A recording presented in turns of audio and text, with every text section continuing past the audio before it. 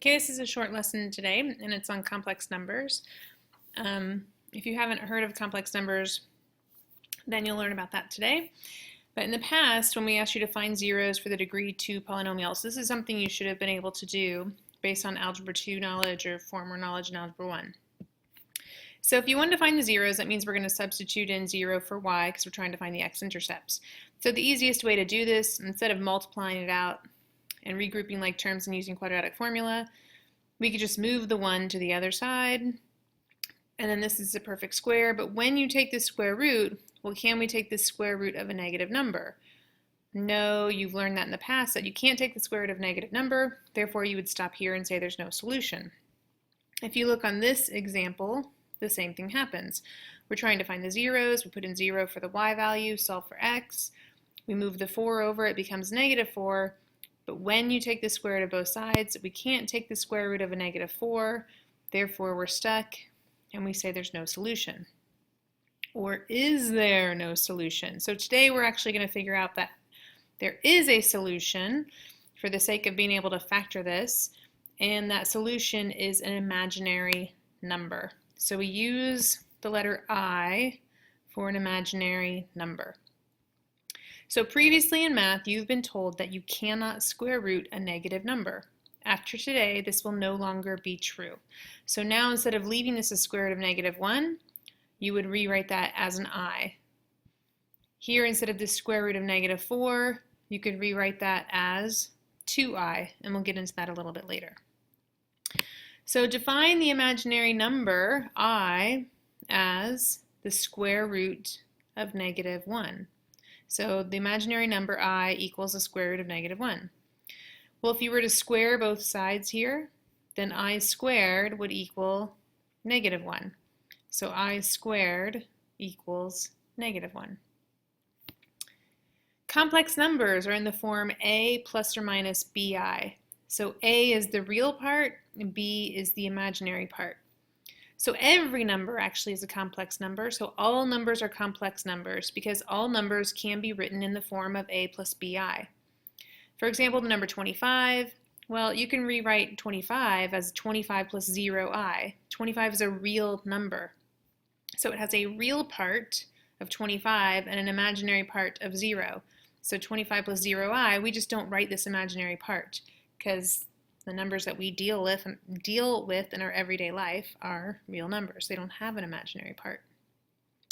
But what we're going to do is we're just going to figure out how to manipulate imaginary numbers or complex numbers. So here are some operations. You do the same thing, right? The I is treated almost like an X. So we have our imaginary parts we're going to group, and we have our real parts we're going to group. So consider we have this complex number 2 plus 3i, and we have this complex number 5 minus 7i. Well, if we wanted you to add these two complex numbers together, again, you just add them straight across. You put your imaginary parts together to get negative 4i, put your real parts together to get 7, so you get 7 minus 4i. You might want to pause here and try the rest of the operations, or at least these two on your own, and then compare your answers with mine. Okay, for the second one, you have to be careful. If you have your 2 plus 3i, right, that stays the same, but when you subtract, this is two numbers, so you have to, or two parts to this complex number, so you have to distribute that negative. So you have to subtract the 5, and then subtracting a negative 7i turns into a plus 7i. So we have 2 minus 5, which gives us a negative 3 real part, and positive 3i and positive 7i, which gives us positive 10i as the imaginary part.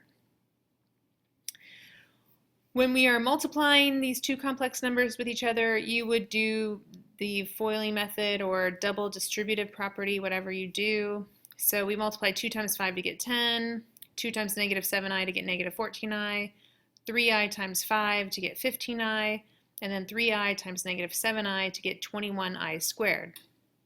Well, remember, I squared, based on the definition of an imaginary number up here, I squared is equal to negative 1. So if I squared is equal to negative 1, every time we see an I squared, we can substitute in negative 1 for it.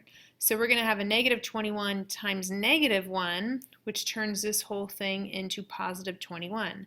So 10 plus positive 21 is 31, and then negative 14i plus 15i gives us positive I. So your final answer is 31 plus 1i, or just plus I. Now division is a little more complicated, so we take the numerator 2 plus 3i divided by 5 minus 7i. You probably haven't heard of this before, but we have to multiply by its complex conjugate.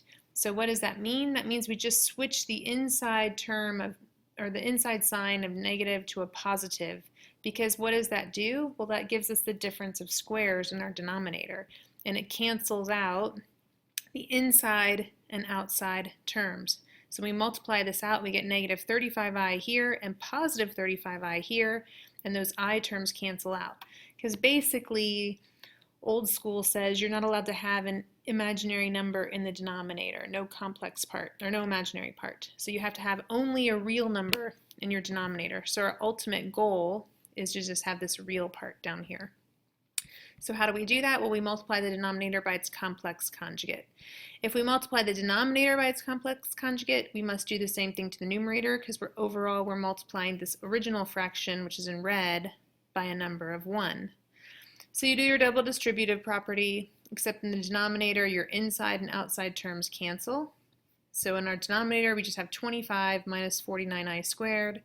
In our numerator, we have exactly what we had over here.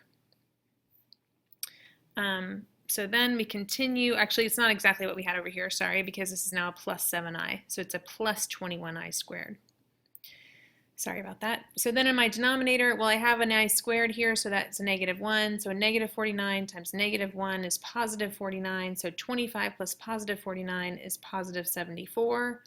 I combine these like terms. Remember, this becomes negative 21 because I squared is negative 1. So 10 minus 21 becomes negative 11.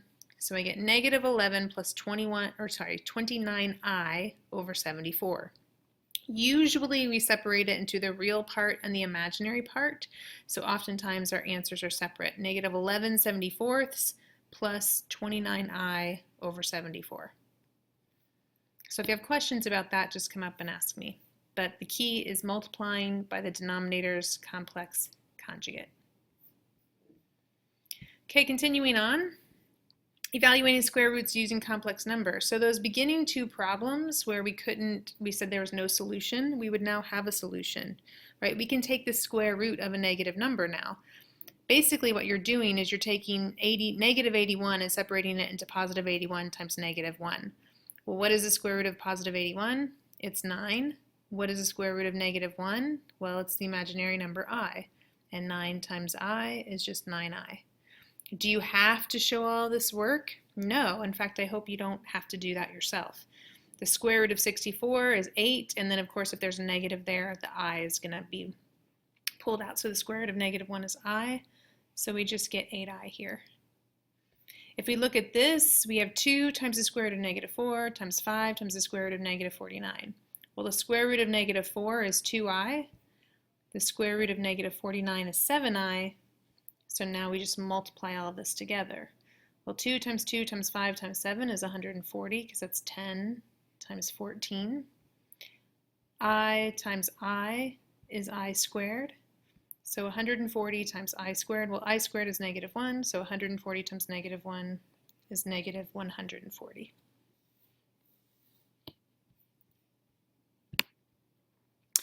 So finally, going back or doing one like we had to open up the entire lesson today. So find the roots of this polynomial. Well, when we did the ones at the beginning, they were in this type of form. So what I'm going to do is, if we're going to find the roots, remember we're finding the x-intercepts or the zeros. So I need to make my y value equal to 0. And just for practice, we're going to go ahead and complete the square here.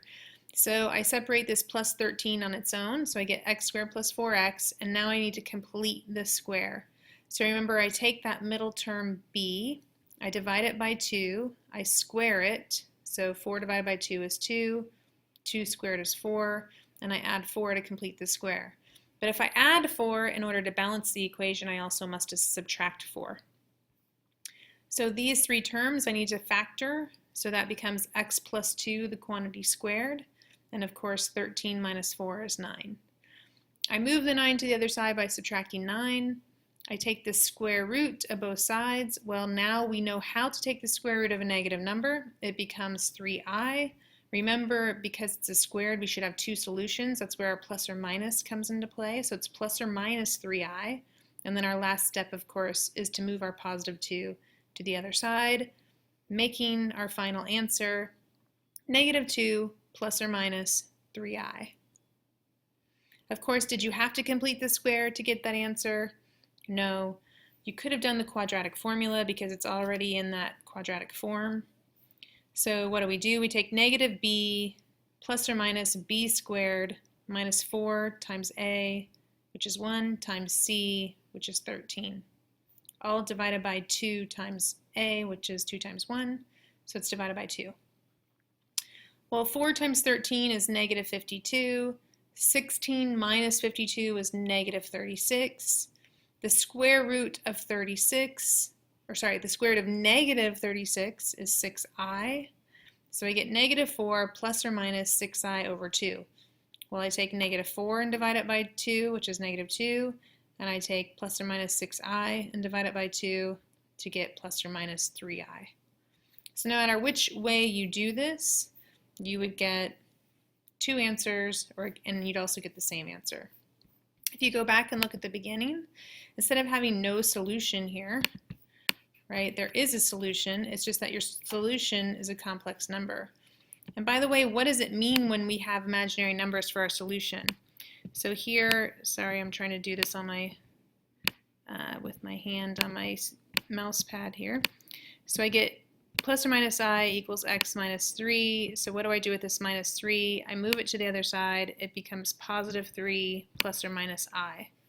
If you have two roots that have an imaginary part, what does that mean about our parabola?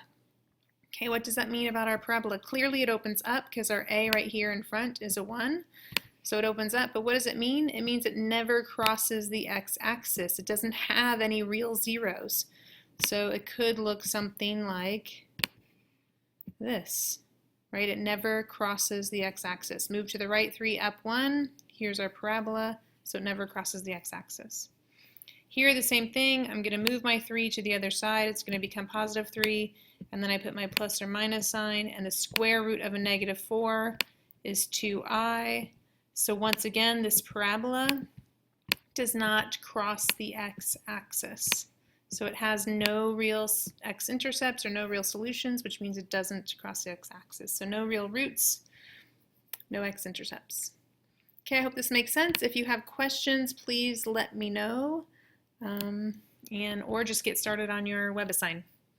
See ya.